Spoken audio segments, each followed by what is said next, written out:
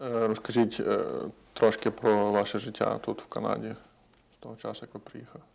Ну, ми приїхали в Канаду, нам сподобалося.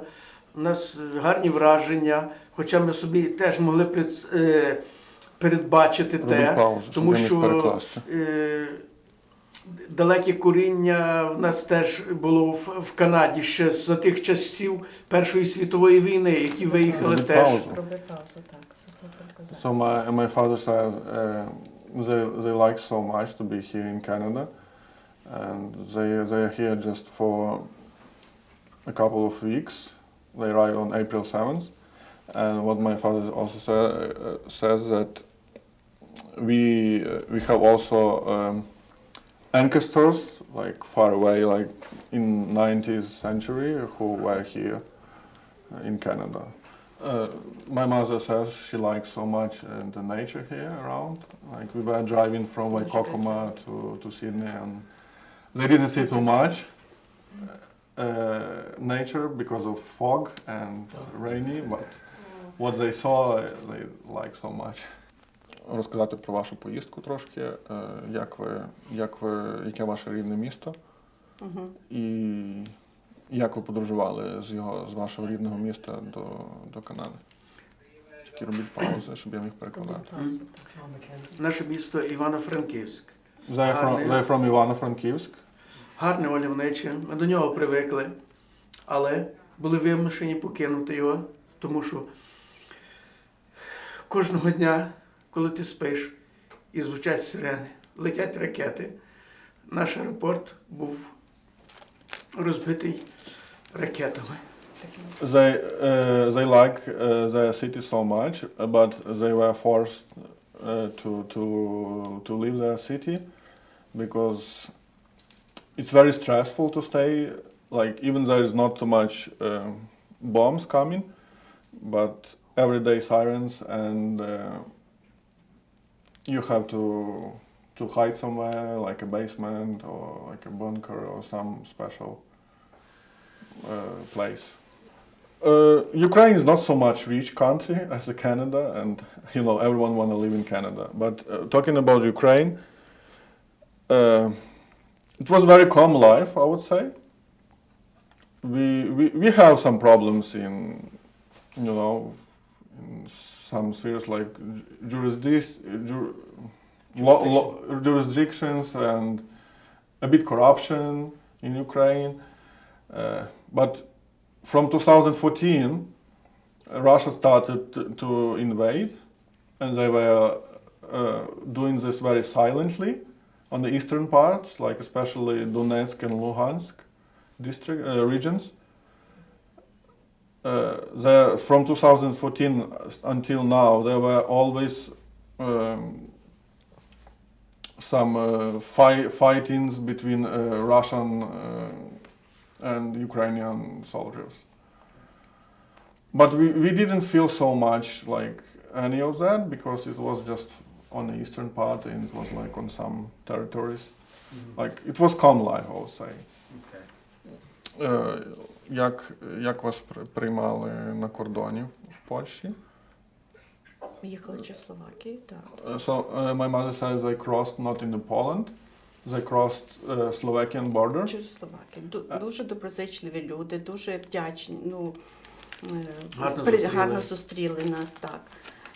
Все було, подали там їсти, медичну допомогу, кому треба було, ліки, все було. So the people in Slovakia, when they crossed the border, they were very welcome. Люди, так.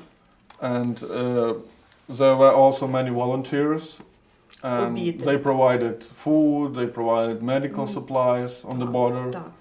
And if you need something like... Запропонували нам поїздку, куди ми планували їхати. They directed them because their aim was to reach Krakow in Poland, because we have cousin there and they have place to stay.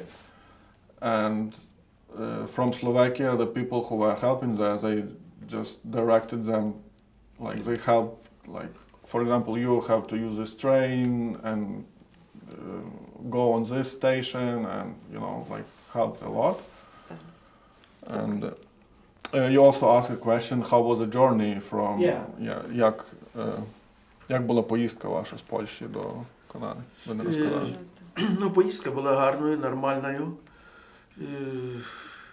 Переліт нам подобався гарно. Над океаном ми летіли, побачили океан. Гарно приїхали в Канаду. Нас гарно зустріли. Гарне місце було приготовлене, де ми проходили карантин. Значить, the journey was a bit long because to fly from Poland to Halifax it takes a little bit time. It's almost, I would say, 19 hours with layovers. And for them it was a little bit tough because they never flew in the airplanes, you know. And they saw we were crossing the ocean from the air, and they saw the ocean. And they also said they were very welcome because my father had to do quarantine. And Lars also welcomes them. Yeah, my journey, yeah, because I flew many times. I don't have, you know, I'm just reading something in the airplane, and it was very easy. But you know, like when I saw them after all of this, it was like tears of happiness, I would say. My journey was good, yeah, really good. Чи хотіли би повернутися в майбутньому назад в Україну? Так, звичайно. Коли буде безпечно? Коли буде безпечно, хотілося. звичайно, хочеться повернутися на Україну, там, де ми виросли, де пройшло наше дитинство і старість наша. They would like to come back to Ukraine if it's safe, because they spend all their lives there, and it's like childhood, you know, starting from the kids. And що думаєте про президента Зеленського? Ну, президент Зеленський, зразу такої довіри до нього не було. Але він зумів організувати і так зробити, що, здається, жоден президент, які раніше були в Україні, вони б не могли зробити і згуртувати, і зробити, і дати таку відсіч Росії. My father says initially there was not so much trust to Zelensky from Ukrainians, especially who lived in the western part. Because, you know, like his background, he's like a comedian, and to manage so much big country, like second country in the Europe, you have to have some experience, you know, military background. But right now, he gained a lot of trust from people, and I think everyone's opinion, he is the best president of Ukraine. Since like he is the sixth president, and he is the best one for right now because he can fight back to Russia, which is not very easy. Так, і ми віримо в перемогу України. And I believe Ukraine will win again then. Що ви думаєте про Путіна? Путін – то і хвора людина. My father says Vladimir Putin is a psychopath. He has some disease and like which is not manageable. Нелюд.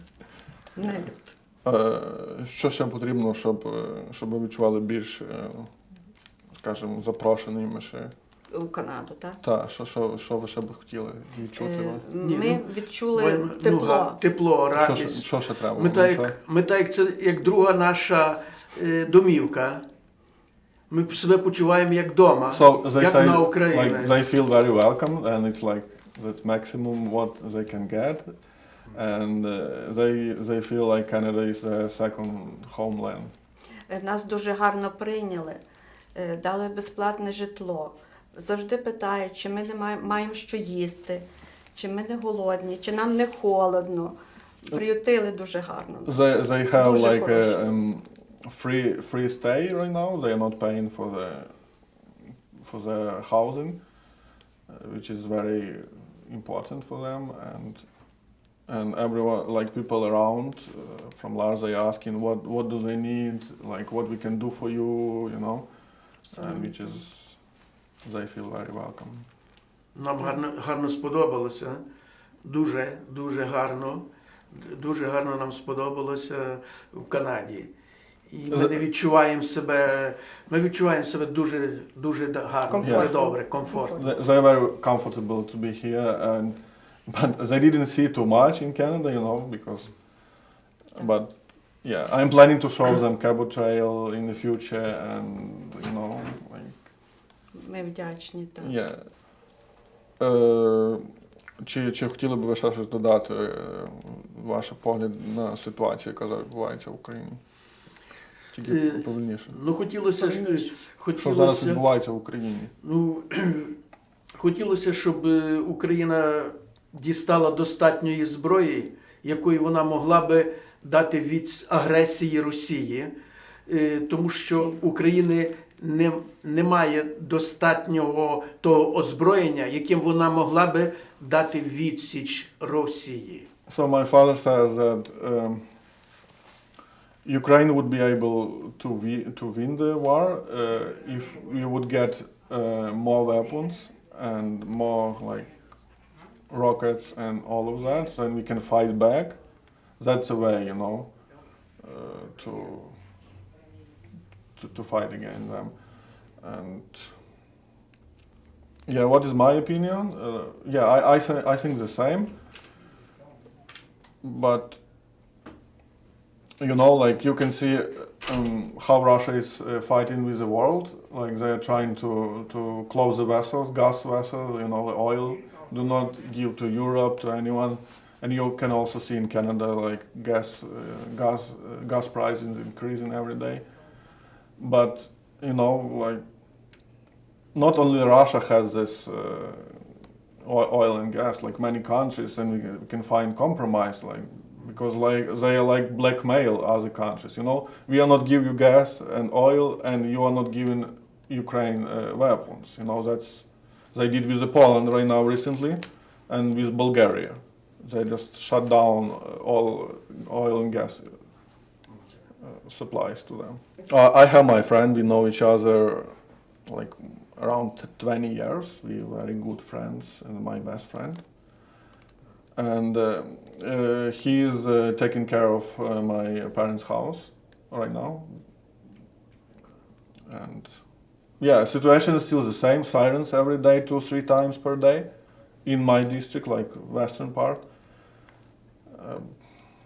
Yeah.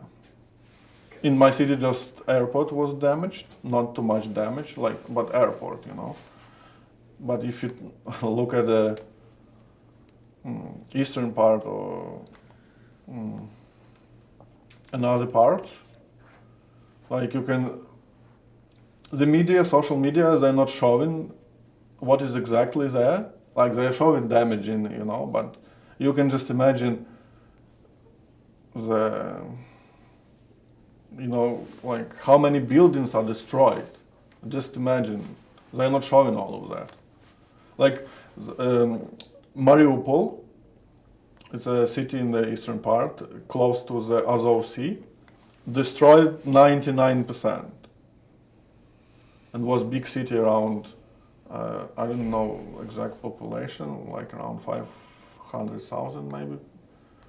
And like they need that city because they invaded Crimea Island, you know Crimea Island, and they need the city to put pipeline, water pipeline, through the. If you look at the map, the pipeline is going through the Mariupol to the Crimea Island, and Ukraine was not given any water, and Putin was crazy about that because like he has an island but there is no water. Like what they can do, and they need that. That's very strategic city, I would say.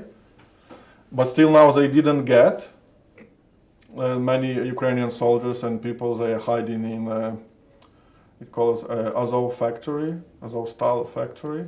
They are hiding underground, and even they put like phosphoric bombs. They cannot reach them because it's like very underground.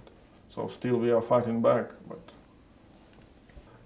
My background is I was working at the university in my city for 8 years as an assistant of professor's assistant. And during that time, when I was free from my classes, I was going to another city to volunteer, because in my city we don't have L'Arche, we have in another one. And one day, like it was Wednesday, I was going there and I was spending all my day with people who have disabilities, like mental or physical disabilities. And then at some point I decided, oh, maybe I can try to go somewhere else. And my friend also was in L'Arche. He was working in Vaikuba house. And he said, oh, maybe you can try to apply to L'Arche Key Breton. I would say, oh, I don't know, I never heard about that, maybe I can look on the map. And then he showed me the Kevu Trail, like how the province is so beautiful.